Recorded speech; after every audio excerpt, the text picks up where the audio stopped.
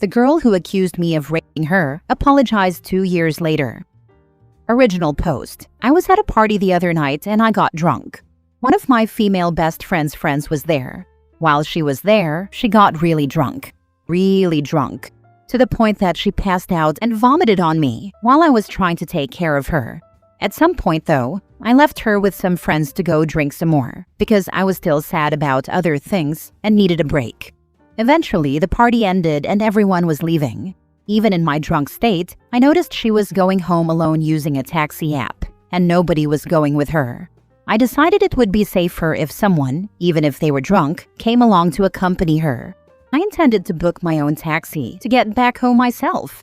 So I assured my best friend that I'd bring her home and drop her off. During the car ride, I spent the time trying to book a taxi to the destination, so I had an immediate ride out of there. The only issue was that in that area nobody was accepting my request. No drivers were available. I thought about just heading for the streets, but I had a backpack with all my belongings with me and didn't want to get robbed or worse, as I was in a vulnerable state as well. So I asked if I could crash at her place, to which she said okay. She had snuck out of her house, so the only room available was hers. When I entered her room, I didn't have any intentions of doing anything. I knew she was dating somebody, so when I lay down, I made sure there was space between us, with my front facing the ceiling. As I was trying to pass out, she started getting closer to me, putting her head on my shoulder, holding my hand, and cuddling up to me. She put my hand on her thigh, and I took it off because I told her, I don't think we should do this, because aren't you with someone? Then she told me things like, no, we're not. We just see each other, but I don't see a future. And it's just for fun, so it's not cheating. Then she moved her head closer to mine, and that's when things escalated. Before anything happened, I remember saying, are you sure you want to? And she kept saying, yeah, don't worry, I'm sobering up. While it was happening, she kept saying, don't worry, it's consensual, it's consensual. At some point though, I remember my brain kicking in and stopping because I moved her to the side and said, I don't think we should be doing this. She said, no, it's okay. Then she started kissing me again and went on top of me. Because of the state I was in as well, I didn't think about it further and just went with it. I should have rejected it. I know it's my fault for not stopping it. I know I should have just said no, but I didn't. And that's where my fault lies. I regret it so much. When I woke up, I instantly felt dread. Later that day, I ended up telling my best friend what happened, and she was furious that I went along with it. I tried explaining that I was sorry and that things just escalated, but she had none of it. Before I knew it, I was branded a rapist, and the story was that I saw an opportunity with a drunk girl and went home with her with the intent of sleeping with her, when that was so far from it. Everyone hates me now. I lost my friends, my reputation, my dignity, and I've been self-harming. I don't know what to do. I know I had my faults in this situation, but being branded as this opportunistic predator just broke me. Now for the top comments before reading the updates. Did the girl you sleep with tell people you were a rapist? No, my ex-best friend did to people in my school, but the girl herself ended up blocking me. So she yelled it out without proof that wasn't confirmed by the person who was supposedly violated. You could probably sue for defamation of character. Apparently, this best friend said her reason for getting mad was because she doesn't care who sleeps with the girl in question.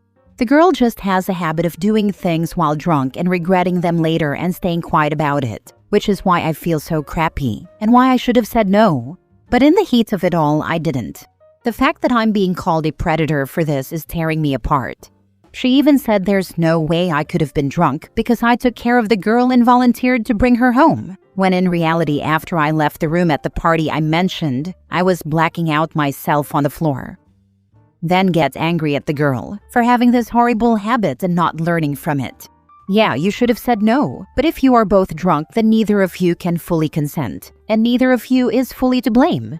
I'd also say something like, having known me for however long you've known me, do you really think I'm the kind of person who would take advantage of someone else?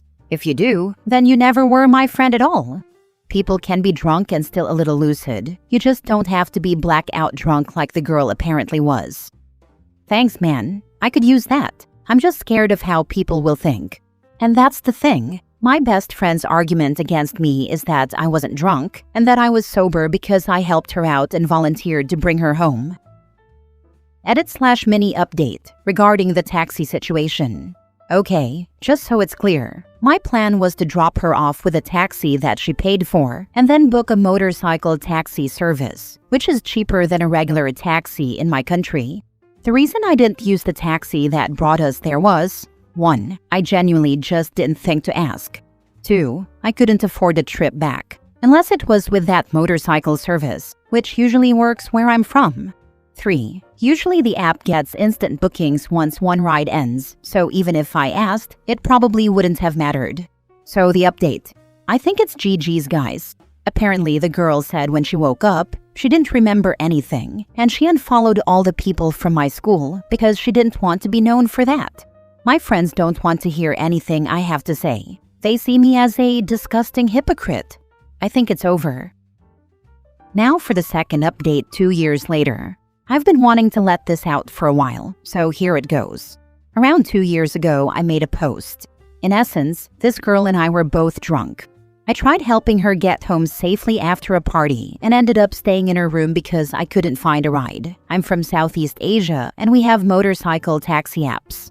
While lying in bed, she kept initiating physical contact and repeatedly reassured me it was consensual and that her boyfriend at the time was just a casual partner. We eventually started having sex. At some point, I moved her off me and told her we should stop, but she just got back on top of me. Ultimately, I went along with it and passed out. She later woke me up to tell me it was time to go and kicked me out. All of this led to me feeling regret throughout the day. I eventually told my female then best friend about the situation, which escalated into me being accused of taking advantage of the girl because she didn't want to be labeled as a cheating hoe, and I was labeled a racist by everyone. I didn't get a chance to defend myself because before I knew it, I was blocked before I had a chance to say anything. Ever since then, I lost friendships, my reputation, struggled emotionally, and overall my dignity was destroyed. Fast forward to a couple of days ago. I reactivated my Instagram and found 4 messages sent exactly 2 years after this took place. I don't know if this account still works, but hey, I'm sorry. For the past, I can't contact you. I don't know if you're still alive, but I'm sorry. I truly apologize. I didn't respond to her at first because I needed time to process it, but eventually I asked her, "What specifically are you apologizing for?" I have yet to receive a response. Honestly, at first I felt happy. I finally had some semblance of proof of my innocence. Then I got angry. The hate, the pain, the rage. I thought of all the things I wanted to say to her if I ever had a chance again. But the one emotion that won out was sadness. I realized that no matter how much proof I have now of my innocence, it doesn't change the damage done. It doesn't change how many people I lost or how alone I was. What do you guys think? Edit. I sent her the message yesterday at 12 p.m. I've been left undelivered. What should I do? If she responds correctly and admits it, post it publicly and be done with her. Her apologizing privately doesn't mean anything if she caused a very public backlash against you. Does her apology count as an admission? It is an admission of guilt. That's why lawyers and big companies don't ever apologize, unless there is direct proof they did something wrong. In cases like this, her apologizing, and maybe even saying that she knew at the time what she was doing was wrong, is absolutely an admission of guilt on her part. It really seems like, based on this account, that she SA'd you more than the other way around. I mean, you tried to stop it and she just got back on top of you. It's ridiculous that 2 people can drink and hook up, and even if there's no sign of her wanting to stop, the girl can later cry foul, and the guy is the only one who gets in trouble. Funnily enough, the people I've told this story to have said the same thing. As disgusting as that sounds, I'll take it on the chin.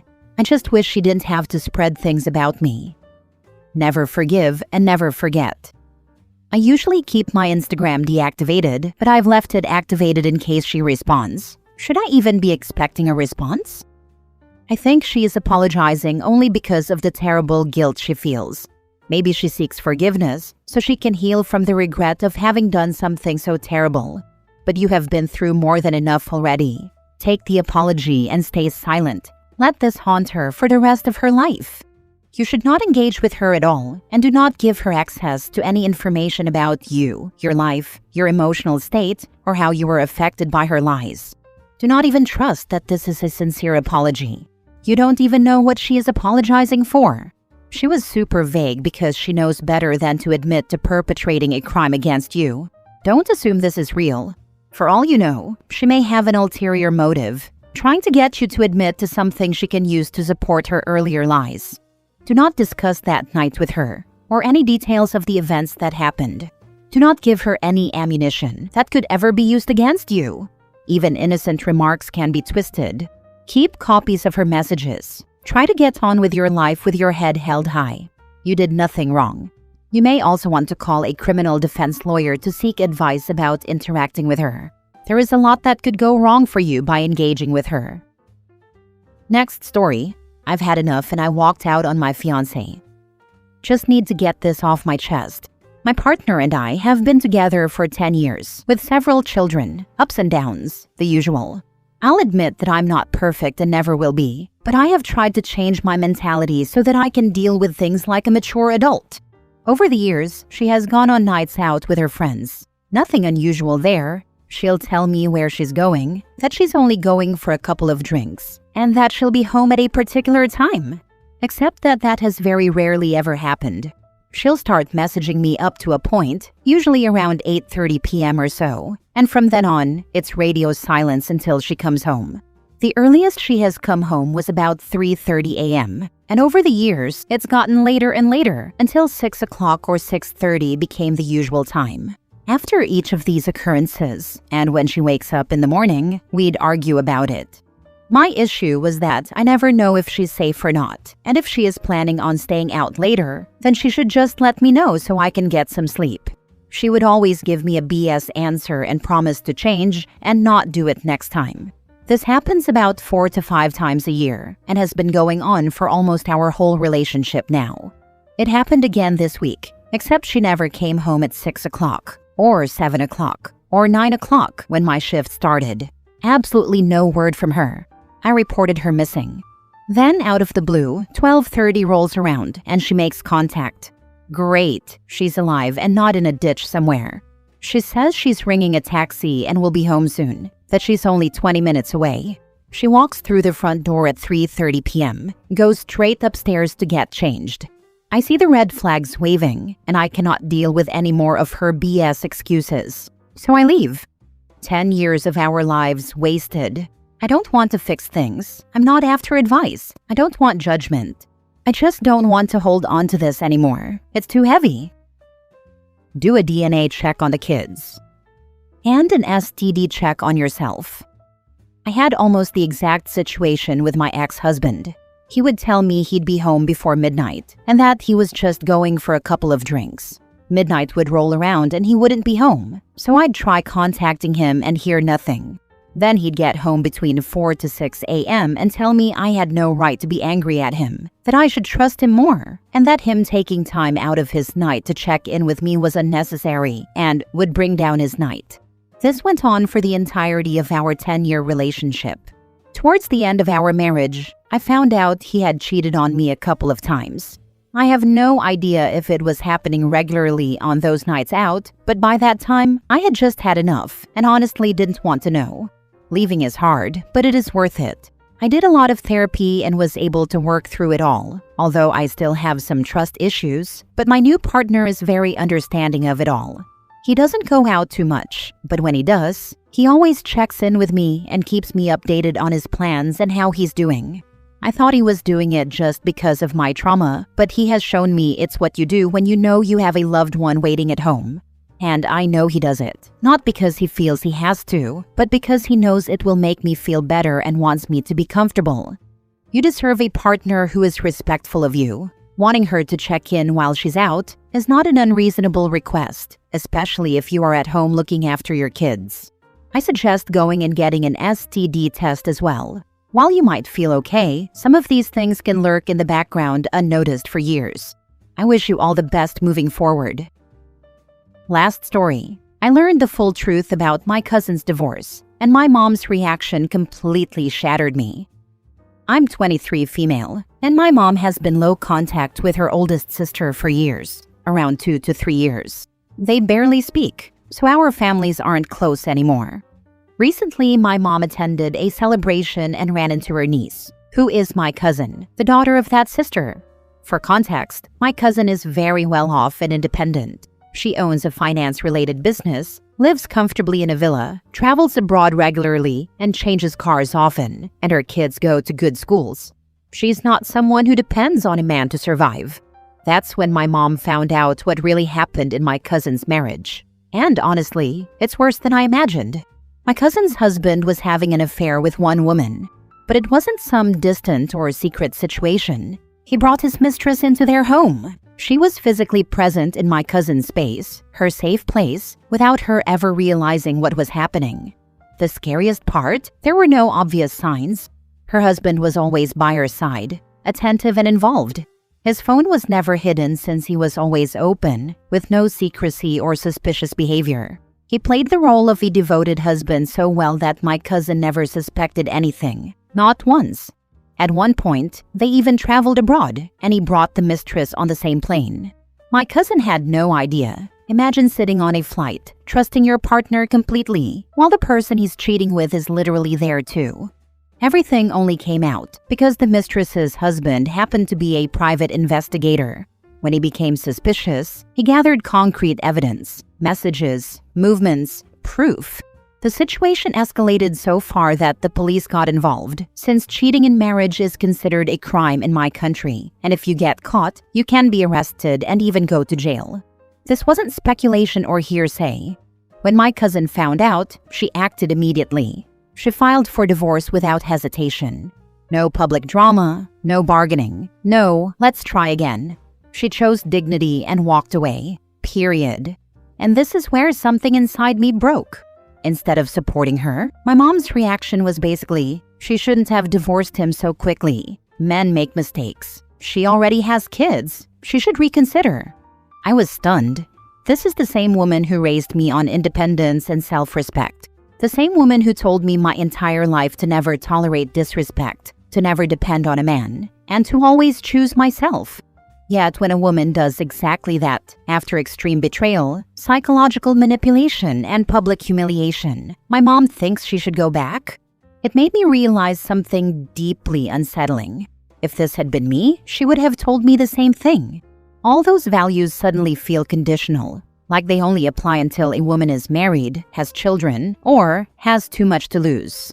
I'm angry, disappointed, and honestly heartbroken. I don't know how to reconcile the woman who raised me with the reaction she had to this situation. I just feel betrayed. I totally get you. I would feel the same. By the way, you should get back in contact with your cousin. She sounds like a really good role model. She is way older than me, but I'll try to do it.